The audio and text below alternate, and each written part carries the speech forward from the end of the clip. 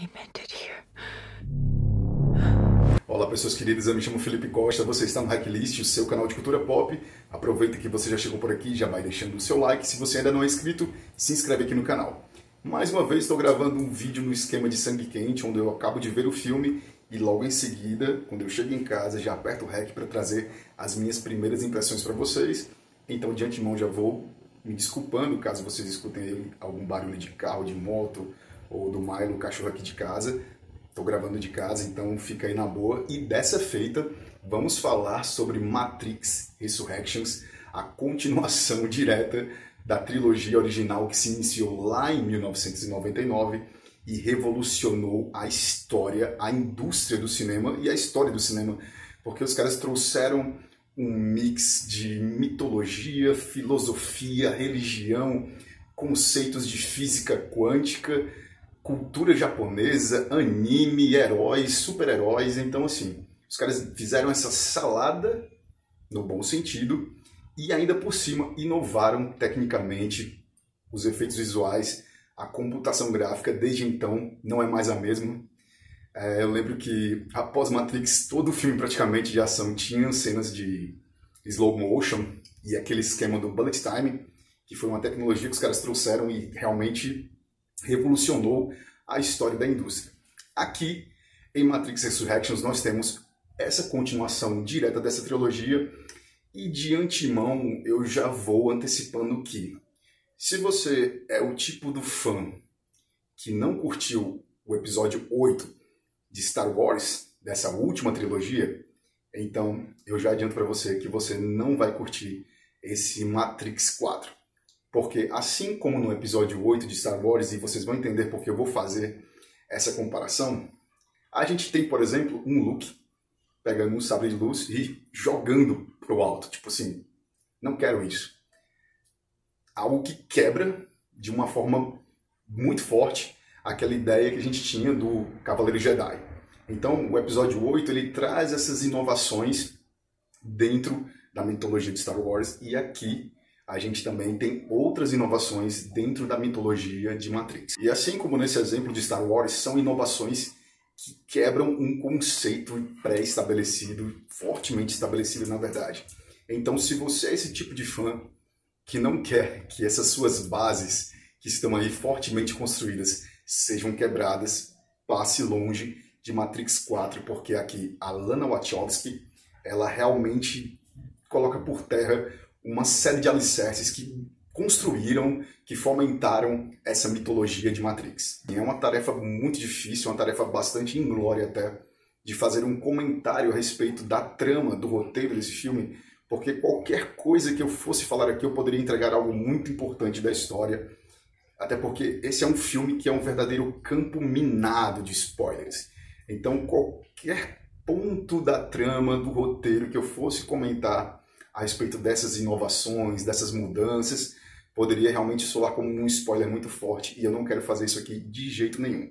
Então eu vou falar muito superficialmente a respeito dessa história. O que eu posso adiantar para vocês é que essa produção ela mexe de maneira muito contundente com essa base, com esses alicerces dessa mitologia que se tornou um verdadeiro cult, uma verdadeira religião, talvez até, entre os fãs. E eu vou confessar para vocês, eu acompanhei Matrix desde lá do início e eu nunca senti uma tensão tão grande, um medo tão grande antes de entrar numa sala de cinema como foi para assistir a esse filme, porque eu morria de medo de destruírem com tudo que foi construído anteriormente.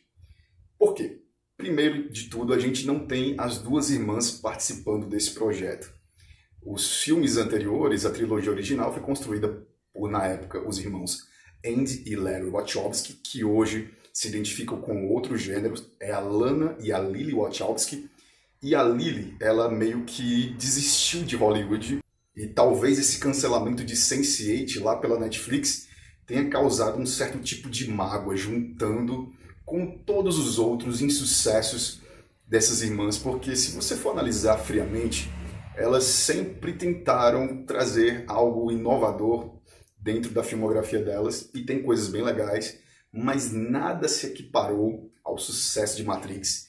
E isso talvez seja algo difícil para diretoras como elas, com grande talento, lidar com essa falta de trazer algo tão grandioso quanto o que elas haviam feito na trilogia original de Matrix. Então a Lily, lá depois do cancelamento de Sense8, meio que abandonou Hollywood, deu as costas para a indústria cinematográfica de Hollywood, e talvez a Lana, a outra irmã, ainda mantivesse esse desejo de construir um sucesso tão grandioso quanto. Então talvez a Warner Bros. Tenha olhado para esse sucesso do Keanu Reeves dentro dessas franquias e pensado assim, vamos juntar isso aqui, esse nosso desejo de aproveitar o Keanu Reeves aí em uma grande explosão de sucesso, com esse seu anseio de trazer também uma outra novidade que também fizesse o coração dos fãs vibrar mais forte. Então, como espectador e como fã de Matrix, às vezes eu posso olhar e notar um certo desrespeito com toda a história já construída. Mas a Lana, como criadora dessa parada, ou como co-criadora desse universo, eu acho que ela tinha todo o direito de mexer da forma como ela quisesse. Talvez com um pouco mais de cuidado, não sei, ela está mexendo com uma obra que foi criada por ela mesma. Se vocês estão acompanhando, tá tudo muito dividido, e eu acho que até opiniões assim, às vezes muito desrespeitosas com relação a ela, mas eu acho que não é para tanto. Eu acho que se ela é dona e criadora desse negócio, ela tem o direito de mexer como quiser. Poderia ter feito de outras formas, sem mexer tanto nas bases dessa mitologia. Mas eu acho que o saldo final não é tão negativo assim como a maioria das pessoas pode pensar. Eu acho que o filme levanta questionamentos importantes, assim como no Matrix original, o que é a Matrix? O que é isso? Então aqui a gente continua com questionamentos bem interessantes, não tão fortes como os questionamentos anteriores, até porque era uma outra época, 1999, era um outro mundo, eram outras pessoas, era um outro universo praticamente, mas eu acho que ele traz reflexões muito importantes a serem feitas, e em termos de efeitos visuais, a gente não tem nada tão inovador, nada tão forte quanto o Bullet Time foi para aquela época e continua sendo usado até hoje, e os efeitos continuam muito atuais da trilogia original, mas a gente tem aí um aperfeiçoamento na textura. Muita gente talvez vai comparar aí com os efeitos visuais do universo da Marvel, que são sempre, né, na maioria das vezes, um negócio muito bem feito, mas eu acho que se você for notar na textura, você mal percebe que é efeito visual. E isso é o interessante. São os efeitos visuais estarem ali explodindo na tela, mas você praticamente não notar. Obviamente que é impossível não notar, porque tem coisas ali que fogem às leis da física. Então, em termos de textura, eu acho que eles foram um pouquinho além, deram um passo além, e esses efeitos visuais realmente são muito legais, muito bonitos. E no fim das contas, esse é um filme que, além de trazer esses questionamentos, essas reflexões com as quais a gente está habituado desse universo de Matrix, ele é um filme que evoca bons sentimentos, que evoca ali o amor em muitos momentos, principalmente envolvendo os personagens do Neo e da Trinity, mas a gente fica, né, com aquele questionamento, será que se a Lily tivesse participado desse projeto, a gente teria algo diferente, a gente teria algo positivo ou mais positivo? Fica essa pergunta, né, que talvez a gente nunca vá ter uma resposta, porque esse filme termina praticamente com um fechamento ali, ele não mostra que vai ter uma continuação, e eu acredito que não vá. Acredito que vá parar por aqui, não acredito numa nova trilogia de Matrix. Mas enfim, né, quem sabe.